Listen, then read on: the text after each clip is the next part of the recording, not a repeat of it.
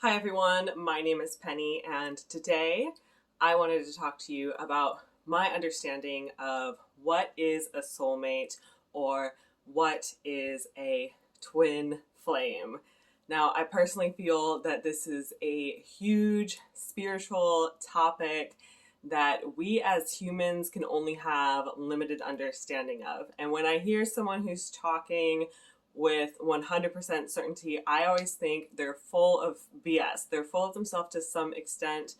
And, I know some of us feel a very strong connection to the divine, to the spirit world, and we might feel like we know everything, but there's always room for interpretation. There's always room for new understanding. And we're here and we're in our incarnations for the sake of learning and the sake of growing and developing ourselves further. So I take a very humble perspective from this when I'm talking about what is a soulmate or what is a twin flame, because I am a mere mortal here before you as my fellow mortal to present my interpretation and my understanding of what I think is going on in this huge spiritual beautiful topic of soulmates and or twin flames.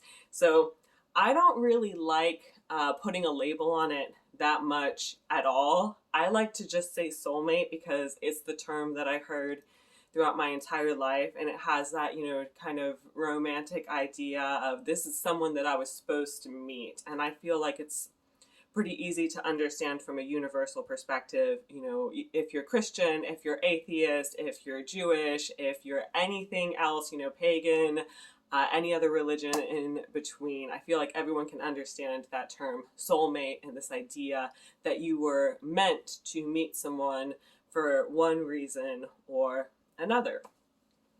So I've seen the talk. I think it's usually when people use the term twin flames, they talk about connections that might not be able to last, that might be a little bit more toxic and turbulent. Someone you meet, someone who inspires you to change your life, and then you part ways and the relationship can't continue. So to me, that is one version of like a soul mate type of connection, because it's still someone that you were meant to meet on some spiritual, energetic level. And to me, how you know when you meet these people, it's because of the exchange of energy that happens. So what does that mean? Like, what kind of exchange of energy are we actually looking for? So we all know about the words introvert versus extrovert, where an introvert is someone who recharges and gets more energy from spending time alone on their own, and an extrovert is someone who likes to be around a lot of people and recharges from being social. I think that's a good baseline understanding for what we're talking about here. It's about the energy you're getting from other people and how you feed off of them and those little exchanges you have there. So you might notice, these very casual, very minor exchanges of energy with every person you talk to. And if you're introverted, you might feel like most people drain you. If you're extroverted, you might feel like most people energize you. It varies depending on where you are on that spectrum. But when you meet your soulmate, it's like more than just being energized. It's almost like being overflown with energy, and you might not feel it right away. It might take a moment for you to, let your walls down, let your barriers down, and feel that energy starting to flow. But you will feel, more energy flowing into them. You will feel more of your energy flowing. Did I say that backwards? You'll feel more of their energy flowing into you, and you will feel more of your energy flowing back into them. Some people say it feels like fire. Some people say it feels like water.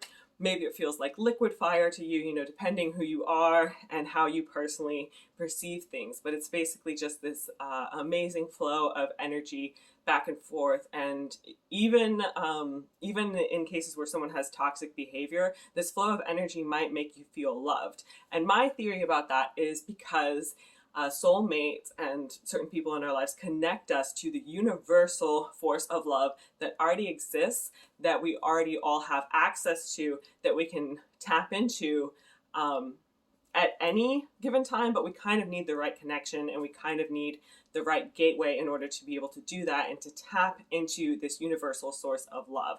And love is where we all come from. We all come from this universal source of love. Again, from my perspective, that is how I personally see things. So that's what your soulmate does. They help you connect to this universal source of love. And sometimes we meet people in our lives who are very toxic, who are very not good for us, but they connected us to this universal source of love. And that's kind of what confuses us. And we end up thinking, it's all about this person and we need to stay with this specific person.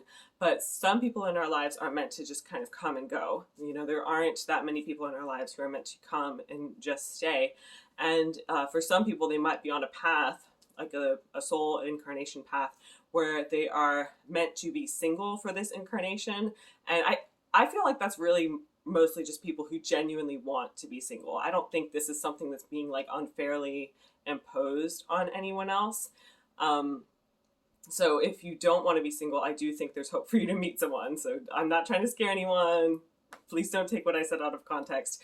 But yeah, there's some people who, have a more independent path they're taking in this life, and they have that kind of innate need to go through the majority of their life being single for whatever reason. And so that's something that they need to learn in this incarnation, really to make themselves happier, to make themselves feel more full and feel more satisfied. Whereas other people might be in incarnations where they're meant to be partnered throughout their entire life, whether it's one partner and being in a monogamous relationship, whether it's being like a serial romantic, maybe they have some kind of karma they have with that, or even a polyamorous relationship. Some people might really feel like they need to just have as much love and relationships and people as possible in this incarnation. But it is different for everyone, and I think that's why it's so important to not judge and not try to impose our own path onto other people's life, because we have our path for a reason. We incarnated the way that we did for a reason, and it's the same for all of them.